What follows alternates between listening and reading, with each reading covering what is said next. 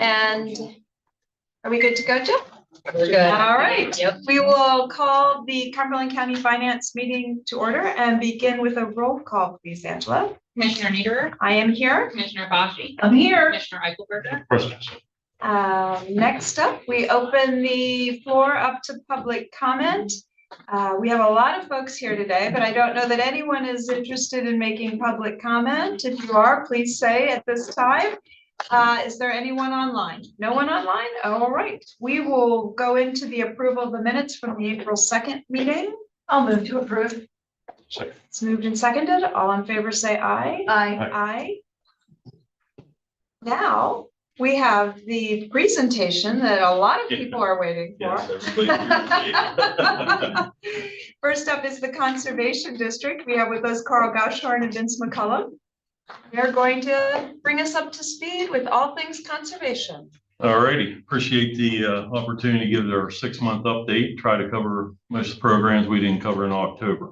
So that picture there is try to warm your hearts. We hope it'll be in June sometime. Okay, first is our annual golf tournament. We have that every September at Rich Valley Golf Course. And there we have registration and everything. It's turned into a big event. We started this in 2003. And the first time we had it, it was because we were celebrating our 50-year anniversary for Conservation District. We decided to have a golf tournament, just thinking 1 year. Well, it turned into, now we're on 22, 23 years here. There's the A team from last fall. So, I think it's the short straw. It turned into, obviously, as a rainy day. We got halfway through and then it started to rain and everything. But as you see how the golf tournament has grown since 2003, number of participants there on the left, money brought in for profit, and then the grants. So we give college scholarships, high school scholarships, environmental education type schools we pay for, and it's grown ever since the beginning. So we're really happy with how much money we're able to provide to students. We actually team up with Farm Bureau with 2 grants that we give them now. And so it continues to grow. And so it's a great to give out that much money. And there you see how we've grown over the years with the program. This year, we had 12 applications for college scholarships. And you see the student's name, their high school, and where they're going to college, what they're majoring in. And then the top applicant gets the Wilbur Wolf, $1,000. And actually, if you look at the third name down, Trevor Richwine, that's actually Wilbur Wolf's grandson. That he has 2 grandsons that have received scholarships from us over the years. So it's nice we're able to provide this funding for them. And all of those students are so impressive. You know, having looked at their resumes, Yeah. They are so impressive. I would say this year was the most impressive. We had 5 Eagle Scouts in the applications, and most years it's pretty easy to determine who the scholarship winner will be. We had 4 or 5 this year. We were like, it was a difficult decision, and some of the freshmen were the most impressive. Wow. So yeah, so it's nice to see that. And what a nice way to honor Wilbur Wolf Right. as well. Yeah. Program we are very proud of is the cover crop program, and you see the signs. We have 6 different signs that we had erected, and it's along major highways, Route 11, 233, 641. So people are aware of what the cover crops are and why they're important. And I would venture to say that we have the biggest cover crop program in the state as far as conservation districts. So you can see how, if that cover crop wasn't planted, it would be bare soil. So all winter, it's green. It's not that green all winter, but in spring it turns green. And Carl, when can people start applying for that program? They can start applying in September. Yeah, mostly that's when, the corn silage start to take off August, September. So that's when we start the sign up program. And they have till December 1st, the deadline to sign up. So it gives them several months to get signed up. That picture there was it's along 174 and facing the south, man. And there's a farmer down there, he has hundreds of acres. He takes it all corn off for silage and then plants a cover crop. And one of the folks that I spoke with was under the impression in order to get money, they had to destroy it. And they said, no, I feed it to my animals. And I said, I don't think Right. that's a requirement. No, they can take it off for grain or forage in the spring, haylage. Now some programs like USDA might have that restriction that they can't harvest it, but we don't have that restriction. Because we wouldn't have as much participation because most guys do need all the feed they can for their cows. Thank you. And this is a little bit of details of how much money we had this year. We had 150,000. 100 comes from the countywide action plan money and 50,000 from Marcellus Shale that the district gets each year. So that's kind of what our board decided, our 3-year period, 150,000 each year. And we had over 11,000 acres signed up, if you see above the line there. And if we had enough money, we'd have paid out 311,000, but we do restrict that. And you see at the bottom, we were able to pay for 5,395 acres, which is right under the $150,000. So I know other conservation districts in the region have started a cover crop program when the CAP money was available, but we've been doing it about 20 years. Our directors think it's very important, and we used to get Chesapeake Bay money. Then we used some Sunoco pipeline fine money. We've used all kinds of sources for paying farmers, and they appreciate it. They have to keep it till April 1st, and so the first week in April we start to get calls. Hey, when the check's going to come? It takes time. It takes time. You'll get it here in April sometime. So. And Carl, the purpose for the cover crop, not to belabor this point, but it helps with erosion runoff, right? And so that could be conceivable to the Chesapeake Bay. Oh yeah, very much so. I mean, soil health and, like I said, wind erosion, rain erosion cause that, and the soil health. If you didn't have that, you'd have bare soil. They take the corn silage off and there's nothing left on the field. It's all winter. You would have the soil running off and everything, or the wind erosion, especially how windy it is in the wintertime around here. So yes, that protects the soil. Yep. Next program, Ag Conservation Assistance Program, we call ACAP. I have like 3 projects to show you what we did last year. Benchfield Farms on Game Lands Road. You might know that name. They do the carriage rides in town here in the wintertime. It's Benchfield. And so you see their pasture, the horses really tear up the pasture. So you see how it's running off. That was right after a rainstorm. And down there at the wood line, that's where the Condaguinna Creek is. So it's not far away. So they came to us wanting assistance where they can keep their horses and the animals, inside in the wintertime, so it doesn't tear up the pasture. So this was built with ACAP funds, and this was finished in February. And then you see the inside here, the horses, they actually got donkey, goats, all kinds of mixture of animals. But believe it or not, those donkeys and goats and everything contributed that. They contribute to that pasture being denuded there. So they're really happy with that, and able to keep the manure inside until the proper time to spread it. This next one's Barracks Farm in Penn Township. They had a old manure storage there, a lagoon, but it was 30, 40 years old. So it needed replaced. It wasn't even large enough to handle the manure. So they applied for funds. We provided funding for them. And so they scraped the manure out of the barn, and you can see the scrape off area. They have a ramp there. And actually there's a gate at the end of that, as you can see, so prevent the tractor from going into the manure pit. So there is a push off ramp and then a gate to prevent that. And that was finished last September. And here's a different view of it. And believe it or not, that's a ramp where they can get down in there. When they pump the manure out, it's very difficult to get the last of it at the bottom. So you can go in there with the front end loader and get the rest of the manure. So years ago, we didn't used to build ramps into the manure pits, but Now they do. It's safe when there's very little manure left in there. So that was a good project there. That's one of the bigger dairy operations in Cumberland County. This next one's North Middleton Township. You see the barn up there, and that's where the barnyard is, but you can see this is where the water runoff is coming out of the waterway out of the field. And it's not far from the actual unnamed tributary to the Condeguinit Creek.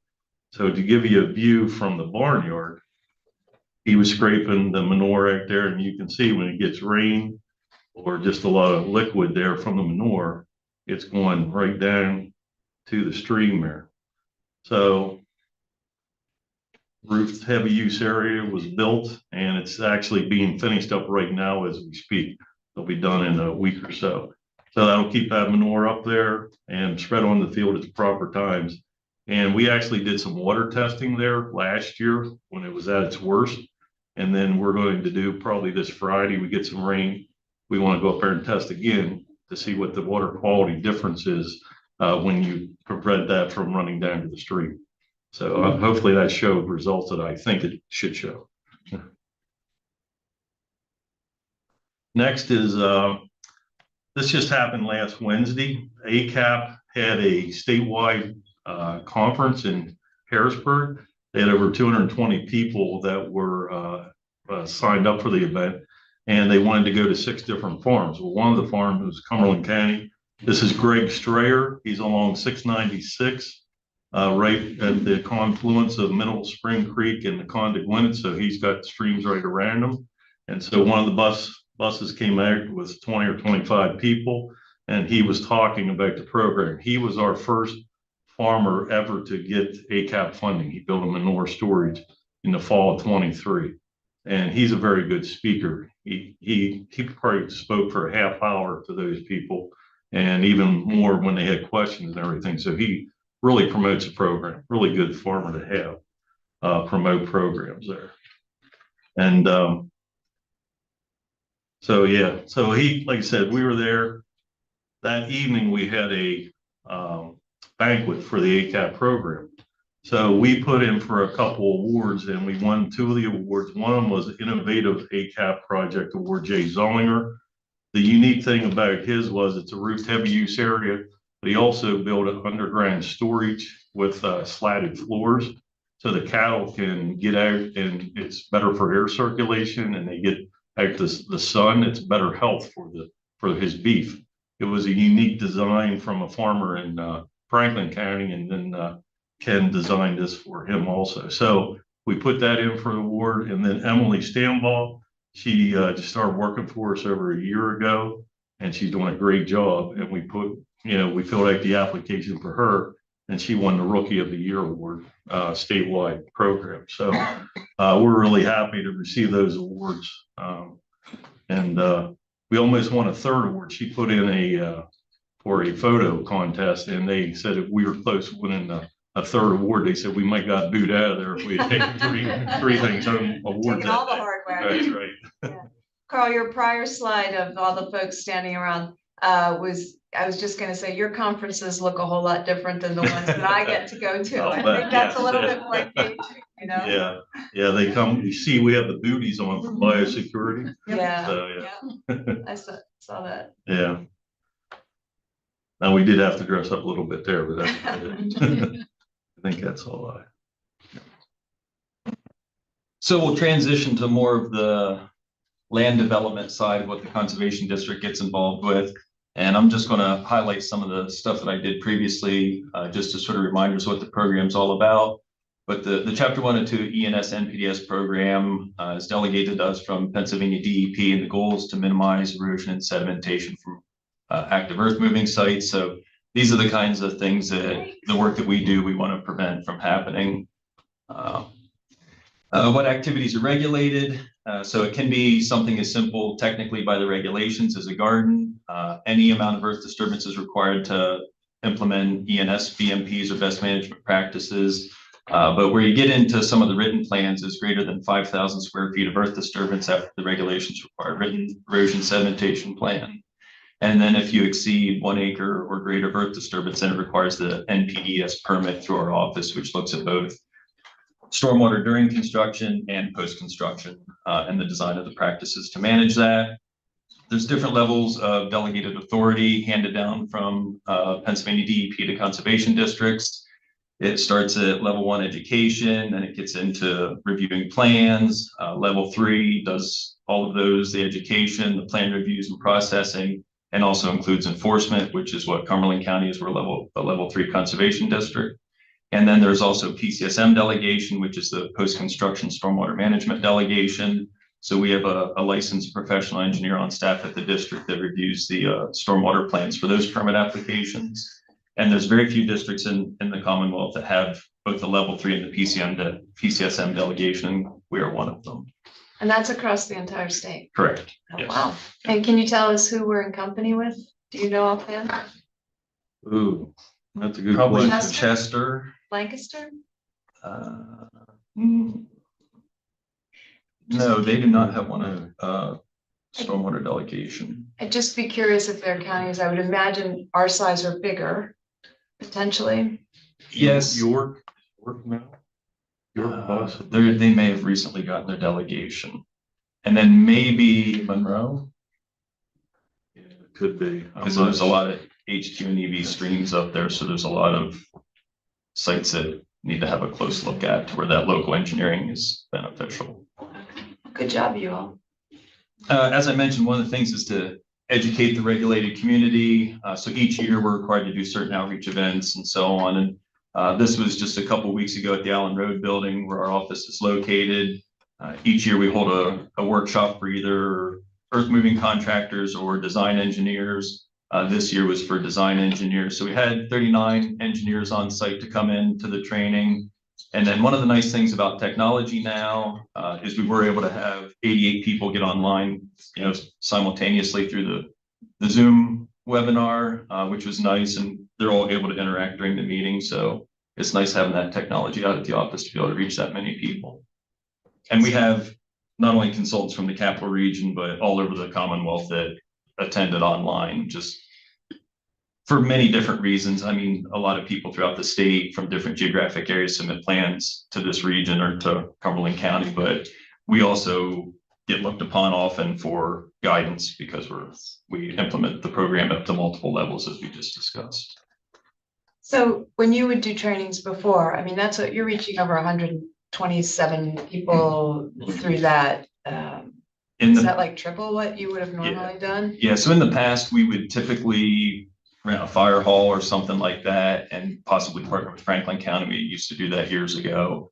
But now, we can just use our own facility. There's no cost. We can still reach just as many or more people. So it's certainly more effective. Yeah.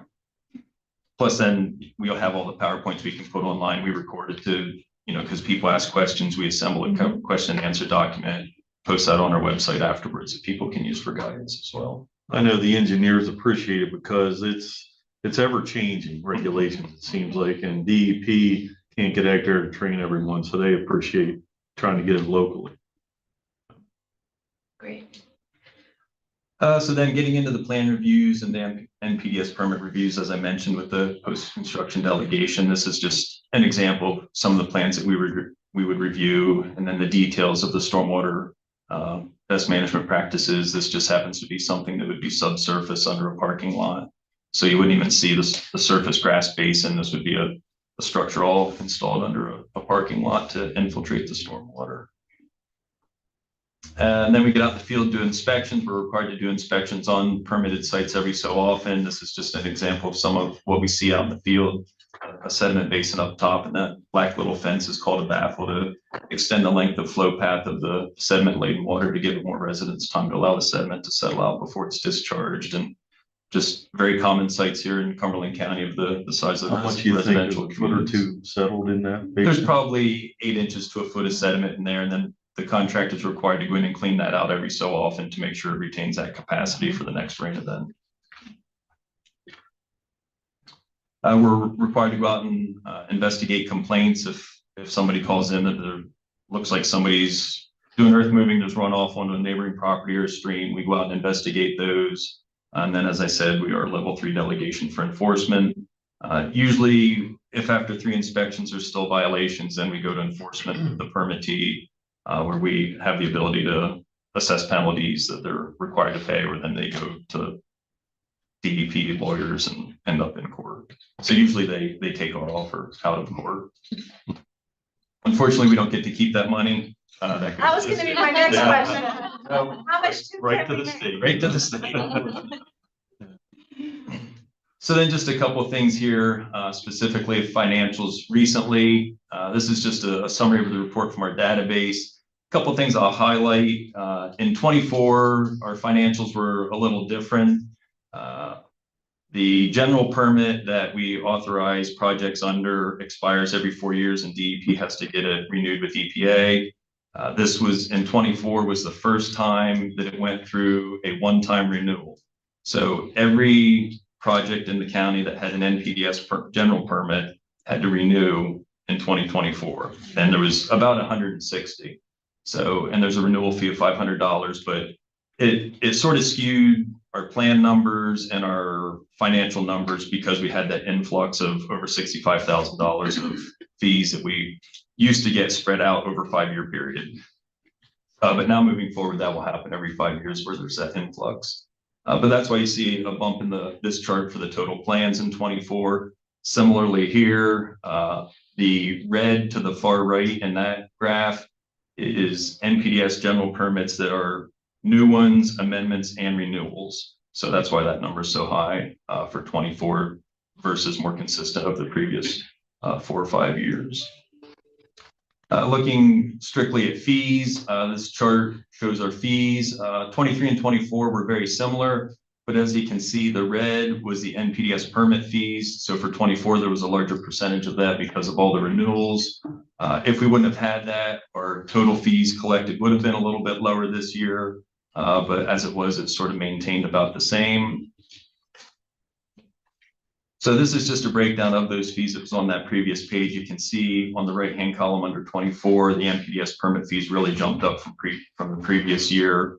But in the end, the total was about the same. And one thing I'll mention here is that the total expenses to administer this program is roughly $650,000 with all the staff and vehicles and everything else. And we get about $160,000 from the state to administer the program. So we have to bridge that gap, and we do that by collecting these fees for services that conservation districts are allowed to charge. If we didn't have that, obviously we'd be asking the county for a lot of money each year, which we don't have to do. So currently it's fully funded either through the fees that we charge or from fund balance from previous years that we have from this program. And then this is just sort of a comparison looking forward, the same 3 months, calendar year 24, January to March, to calendar year 25, January to March. You can see our project fees are down a little bit here at the first part of 25, even though the plan numbers are up. Chances are the projects could be smaller, so there's not as much disturbed acreage, which is what we base our fees on because it's sort of like an impact fee. How much you're disturbing is sort of how much you pay for us to review your plans and come out and inspect. So that might just be a trend that we have some smaller projects this year, but otherwise the PCSM fees are similar to last year. The permit fees are up a little bit. That's probably because there was some carryover of the renewals into the early part of 25. And that's all I have, unless there's any questions. Very good. I don't have any, but the small plans, are they significantly less work for you? Yes. Okay. Yes, they are. So then at least that's a bit helpful. If you're Correct. making less money on it, at least you're not, Right. as much time. Yeah, they certainly don't require as much review time, and then typically they don't require the time in the field for doing inspections just because they're not as complicated, or they might not be a bunch of phases of a residential development that goes on for 10 or 15 years. And your funding from the state, has that been pretty, is that not, that allocation been the same? It had been, but 2 years ago, we got a big bump, Yeah. a couple of years ago, which we had not had an increase in 18 years before that. Wow. So, yeah, there were smaller counties that were hurting because they didn't have the funds, but we have the fee schedule and everything. And we didn't have an issue, but it was a nice bump. But like I said, 18 years without, that was it wasn't covering very much. And probably that bump is one of the things that sort of helped us to be able to hire some part-time staff because of our workload. So not that we had extra money necessarily, but it sort of justified more having a little bit more money around. Okay, let's try and get some more help so we can keep up with workload, and having a couple part-time staff has been a huge help. We have a retired engineer and a retired conservation district manager on part-time that are very helpful in helping to get everything implemented in the field and reviews. Yeah, and I really appreciate you using part-time as a valuable way to engage people and get work done on behalf of the county. I never used it before, but I tell you, I wish I'd have used it years ago. It is definitely a way to go. It's very additive. And surprisingly, how many people apply? There's a lot of people interested in part-time work. I agree. I think it's wonderful. And your position just is very specialized. Your positions are pretty specialized, and so you can get that right talent. That's really a win-win. Yep. Yeah, very good. Thank you. And if you think DEP would give you more money for all the work you do for them, I mean, you make their lives a whole lot easier. Oh, yeah. With what you're doing. That post-construction stormwater, if we weren't doing that, their engineers would be doing all the reviews, and Mike would have more time to do our ag designs. I kind of wish it was that way now, because when we took on post-construction stormwater, we weren't getting any money for ag BMP, so Mike didn't have any design work, and we're like, well, this is a perfect program where he could do, and now, we're very busy in both. So. Very good. Thank you, Right. gentlemen. Does anyone have questions? I do not. No. All right. Thank you. Thank you. Thanks. You are welcome to stick around, or if you have other stuff. I figured as much. All right. We now have a fiscal budget roundtable discussion. Carrie, I'm not sure how you would like to facilitate So I'm just going to this. start, and then we'll have each of the departments kind of give you an overview of Okay. what's done with their programs and funding for the next fiscal year. Okay. So right now, finance is still reviewing the fiscal budget submissions. Our plan is that they're scheduled to go on view May 7th for approval on June 4th. So we'll get started with our departments and updates on what's happening for the next fiscal year. Services, would like to start? Right. Who has the crystal ball to know what's going to be happening at the state with the budget? We just stand up or come up here. However you feel comfortable. Okay. I'm going to do the aging half. I'm Christine Bowden, and then Kim Winton will do the community services side. And the aging in the budget and the governor's aging budget, we've asked for additional $20 million for the whole state of Pennsylvania. We don't know if it will be approved or not, but we're hoping that it will, and that we will get some of that funding. As you know, all of the extra federal funds have stopped. We are still actually, for this year, waiting for our amended budget. Normally by now, we get a second budget that has money, but everything has slowed down in getting responses and those types of things. So we're still waiting for that. We will have a new cooperative agreement. Our cooperative agreement comes every 3 years and it ends on June 30th. We have not received that new agreement that should start in July. I emailed Annie before I got here today to find out, because she's at the quarterly, to see if they said anything about when that is coming out. And we have not, and I didn't hear anything back from her if it had been discussed or not.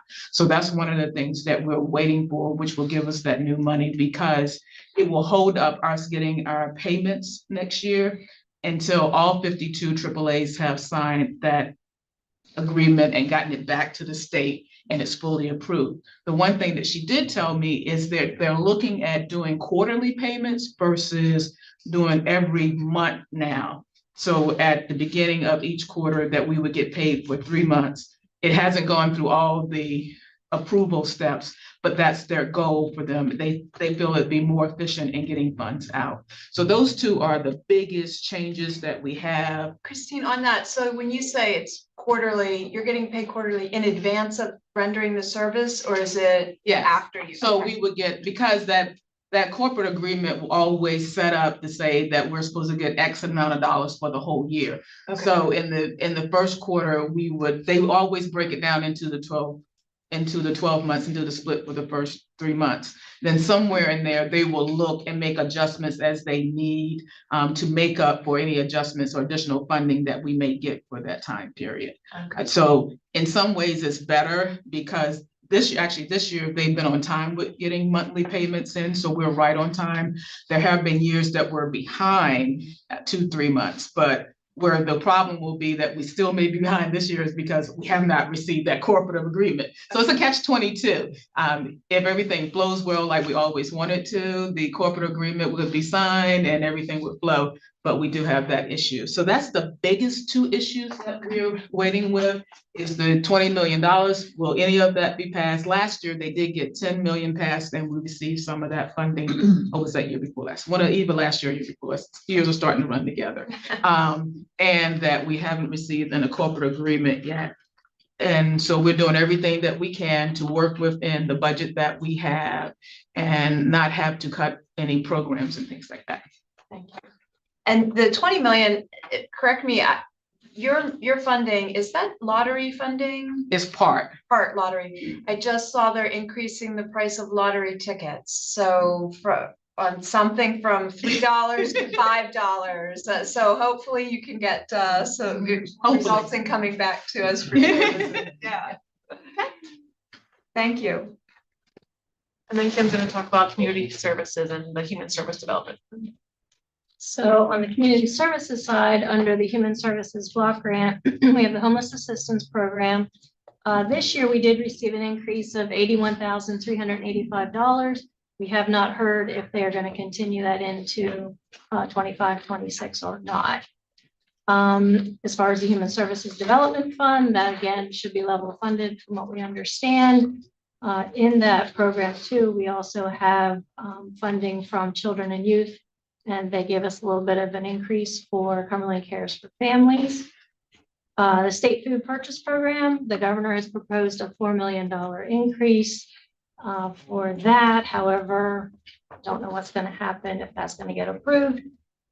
There also is the issue on the federal side. I'm sure everybody has seen what's going on with Central Pennsylvania Food Bank with the cuts there. That could affect us because we have the contract with Central Pennsylvania Food Bank, and that's where the pantries purchase food. That's where the allocation goes for for state food purchase program. So that could affect them and what foods they have that they're able to purchase.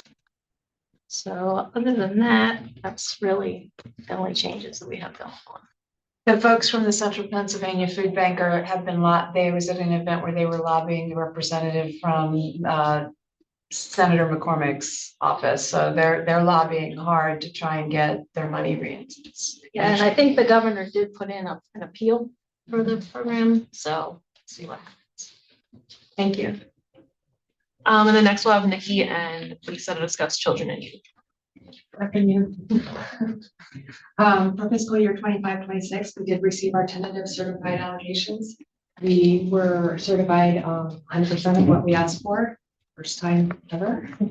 Our expenses that we were certified at were $32.3 million, which is about $3 million higher than last year.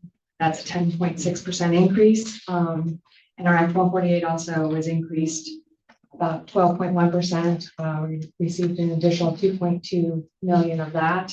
So that's all good stuff.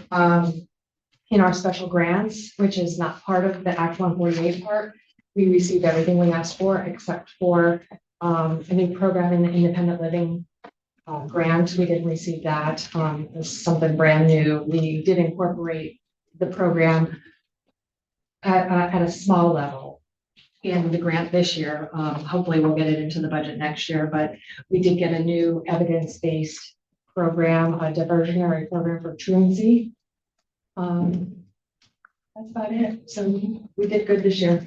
Wow. Everything we asked for. That's okay. Yeah, and That's this a good is, thing. I know, this is, as the state budget goes, right? It all realized. Yeah, so if we can keep at where we're at or decrease a little bit, we should be in good shape. That evidence-based program on truancy, is that part of the Department of Human Services push to really pull children and youth out of truancy issues? No, okay. I thought maybe they were intertwined. No. All right. It's just a new program that we wanted to start in addition to some of the other truancies, because our truancy numbers are extremely high. So hopefully this will help offset that. Yeah. I think it's to target younger children. Yeah, it's to try to, again, what we're finding is sometimes we're not getting involved with children having truancy until they're in like high school, and it's hard. And if you can get in elementary or middle school and rework the family to like, how do you support going to school? How do you support getting them there and value that? If we can do it earlier, then we don't see it so later. So that's really what it was targeting. Good, thank you. And you mentioned that it was the first time that you've been 100% certified. Well, Of what we've of what you've asked for. Yes. What typically would it have been? Rough, and Lisa, I mean, just your guess. You've been here a little bit, so It's hard to say. The last couple of years, we've come pretty close, a percent or more less than what we've asked for. Act 148 sometimes. Last year, we got 1.7% less, which was almost just over 300,000 less than what we asked for. The year before, it was 156,000 less than what we asked for. The county share typically runs 17 to 18% of our total budget, so that stays consistent. And that all depends on how much federal funding we can get, which is uncapped, and that depends on children that are in placement, if they're eligible for federal funding and they're in a place that's eligible for funding, so that varies a little bit. yeah, we've been meeting with a number of the delegation, and I've been saying it's the one area that I feel that we get adequate funding from the state. Like, I think they've been very fair with at least Cumberland County. I can't speak for other counties, but I feel like in that area, we've been treated very fairly. I'm thinking some of the other counties didn't fare so well, because as soon as we got the tentative certified, it was out on listserv. People were like, how do we appeal this? How do we appeal this? Oh, wow. And I'm like, we got everything we asked for. Yes, it's a lot of work, but we do it. Yes. All right. Thank you, ladies. And then we'll have Aaron and Ryan to discuss criminal justice services. There are no changes in our department for the 2025-26 fiscal year. The only change we have is we are reorganizing the specialty courts, but that will be at no additional cost, so we won't need anything more. Aaron, is there any projected savings in that realignment that you're considering? I don't see any savings in that. Last year, we did switch our drug testing cups to a different vendor that was approved. And that was a $2 savings per cup. So we average at least 10,000 drug tests a year. So we should see savings in the drug test supplies that we get because we switched to that vendor, but that would be the only lower cost that I would see. Thank you. And then Brenda is going to discuss drug and alcohol. Hi. I wish I could come to you with the specifics that some of my colleagues have. In the drug and alcohol world, we operate under a 5-year agreement with the state, and that will end June 30th. And we have not got the next one yet, which with all that's going on federal and state, we're not anticipating it when we would hope to have it, because that impacts a lot, because then how do we send out our provider contracts? And so we did our budget based on what we have been getting from many multiple some funding sources, some federal, some which have been pulled back. It looks like we just learned that, you know, we can submit our expenses because the governor has went up against that. It's pretty unsettling times, as you know, across the board at this point. We are able to offset 2 of our full-time staff, one in the prevention department and one in the school assistance program, with opioid settlement funds. So that pulls a little bit back from our budget. And then of course there's opioid settlement funds that you design throughout the county to try to offset some of the expenses of all the departments. In the last 10 years, our state funding has been pretty much flat. So there was one small grant that got a little bit of a raise, and federal funding is really a big question. We're thinking, particularly the SOAR grant, which is a huge source of federal funding, may stick around because Trump introduced it his first term. but lots of questions around that. We haven't given our outpatient providers increased rates for 2 or 3 years. And what we're seeing with them is the workforce challenge. I mean, the quality of our outpatient providers is not what we want for our staff, for our clients, but they can't get staff either. So it's very difficult. One of the things we're watching very closely is the Medicaid expansion, because if that goes away, you know, we're the funder of last resort, and we are anticipating that we would have much more increased funding or much more requests. We are this year with one of our housing grants, we had to move to priority populations to get funds before the end of the year, and we can do that. We can look at, you know, what kind of services, and we'll keep a really close handle on that. So we can use what services are out there and not go in the hole for folks. We do also get a little funding from CYS because some of our staff work well with them and other grants. We do have multiple revenue sources. We aren't anticipating increasing any staff, make possible reorg with the retirement. But I think we should be going in. Last year, you had asked, because we had come in with a deficit, you said, please, you know, try to find some funds if you can. And DDAP, from what I understand, usually like in August or so, will come out with, hey, we found some funds. And we did apply and we got 140,000, which is great. But don't tell the other counties. But because of Ryan and Jack and their stewardship. So great. We will again do that this year to try to keep our budget balanced. Thank you, Brenda. Thank you. My worry is that they're going to, that the funding for drug and alcohol specifically will be decreased just because of all of the opioid money that's been received. But you know, I hope that doesn't come to fruition.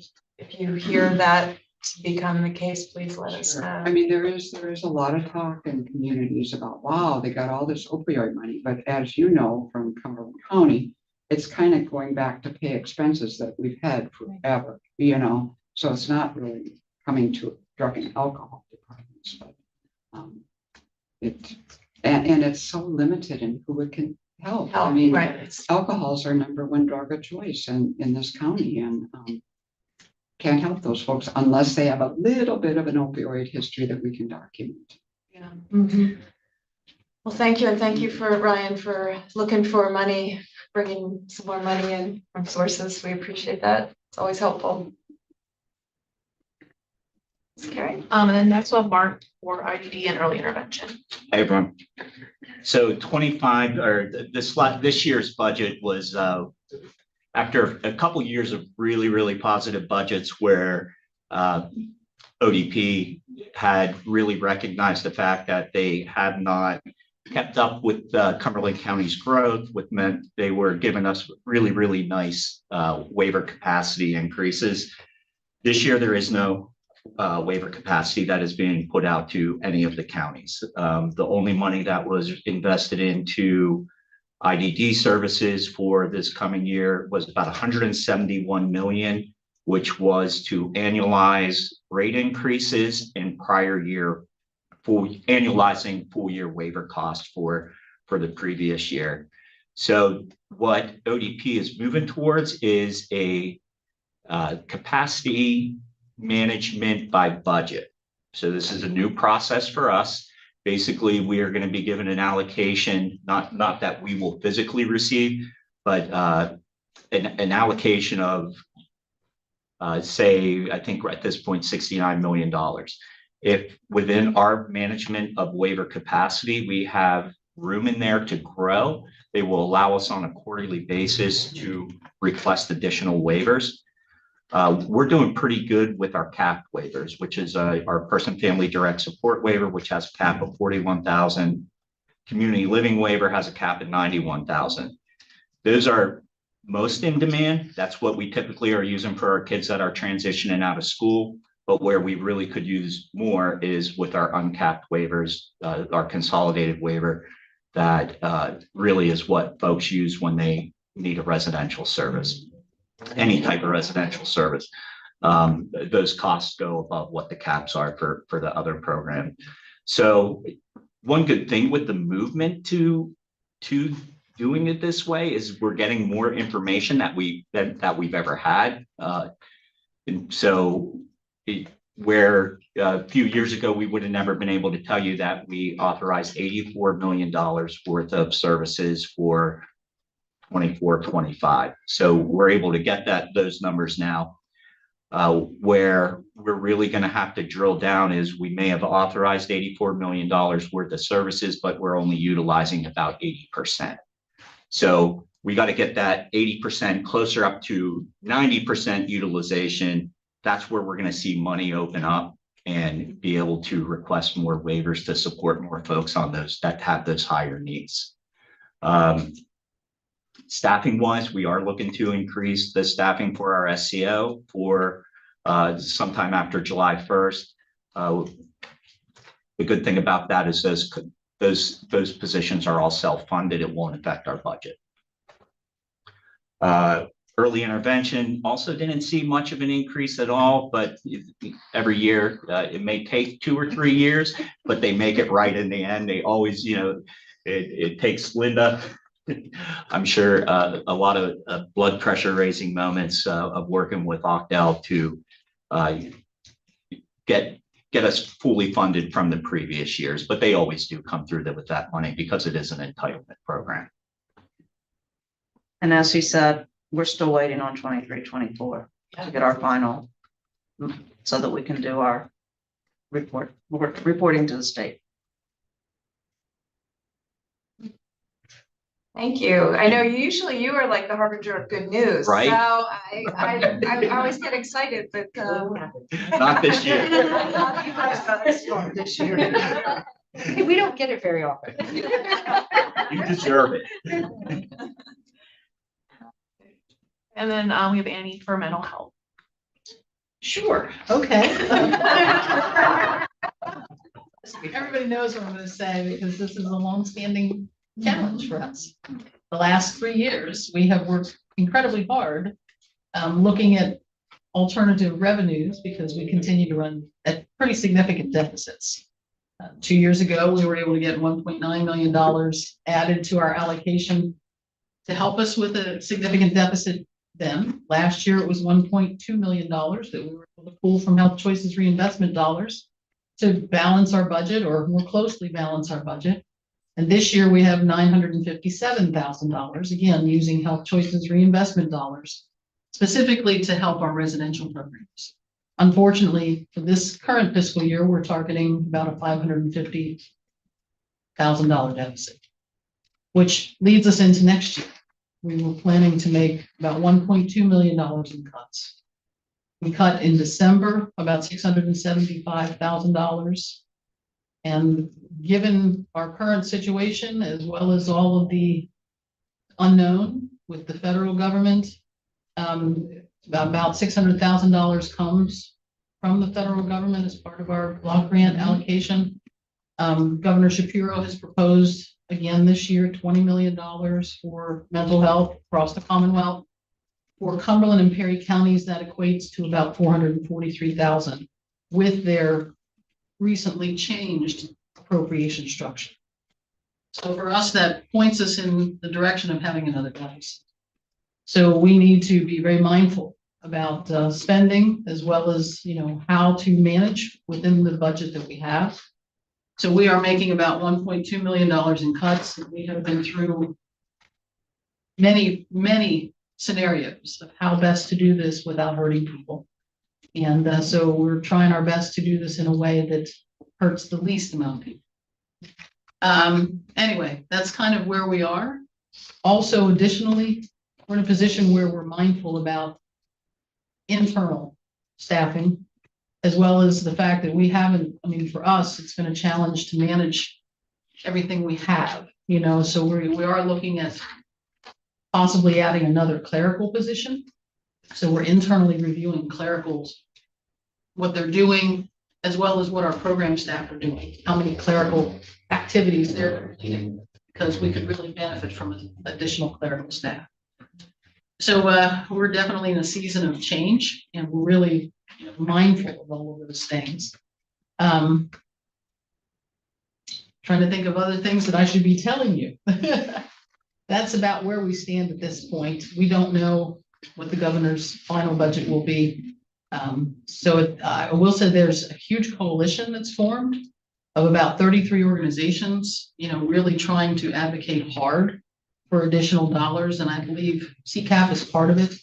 And they're proposing $100 million for the mental health budgets across the Commonwealth.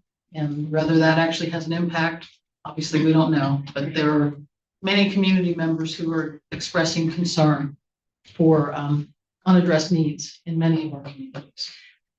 And Annie, I know that it's still a little early to tell the impacts of the walk-in crisis center, if that will bring any,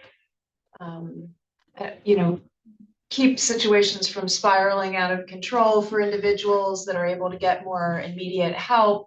But I know a lot of the expense on your side is in residential and the intensity of those programs. But it'll be an interesting thing to watch to see if there is some lesser involvement in some of your programs because of the crisis. Are you anticipating it in that way? I'm hopeful. Just yesterday, I heard some numbers that were very positive. Connection staff told us, and this was just numbers they presented in a meeting, but they presented that they have seen since they opened in December through March 31st, they've seen over 1,100 people in the urgent care piece of the walk-in center, as well as, I think, people from 3 different states.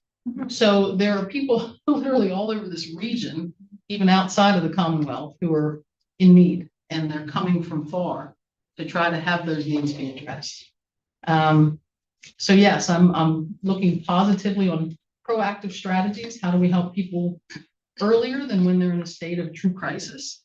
I will say that along with what Brenda commented on about the downsizing or the reduction of Medicaid dollars, we actually moved some money because we used to have to pay for inpatient for people who didn't have Medicaid. And years ago, we spent couple $100,000 a year for inpatient. So we have moved money to try to offset that expense for the next fiscal.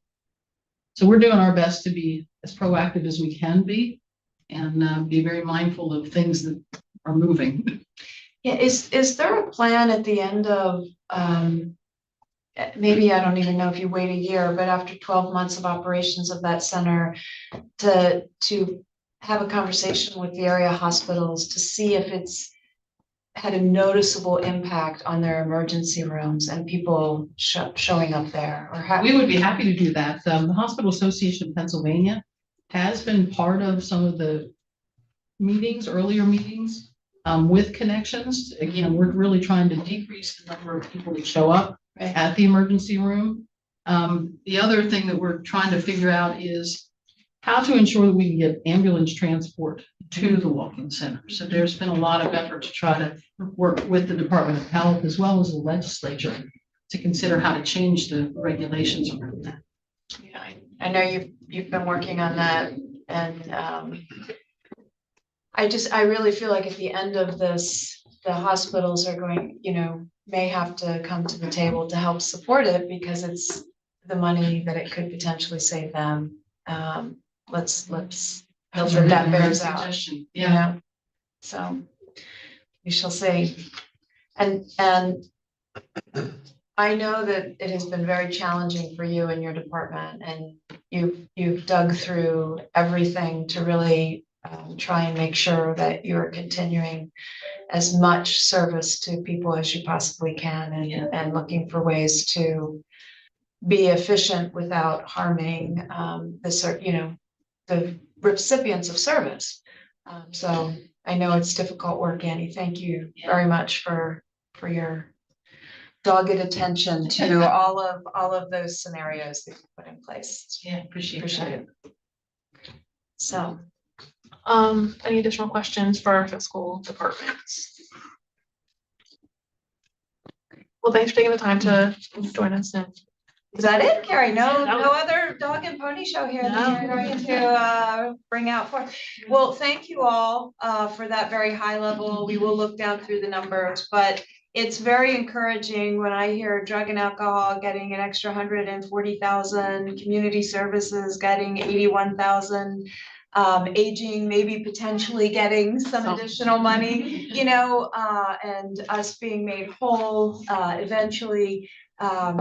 Just appreciate all of your hard work in looking for those opportunities as budgets are challenged and doing really fine work to get us through another challenging year. I said the word of the day is uncertainty, you know, so hopefully we can get some clarity here within the next couple of months. I know you all are looking forward to that information from the state, so. Thank you all. I don't have any other questions. Do my colleagues have any other comments? I don't. Thanks, that was great. Thank you. Thank you. All righty, then I guess is there any other business to come before the board at this time? Hearing none, we'll entertain a motion for adjournment. So moved. We are adjourned. Thank you. Thank you all.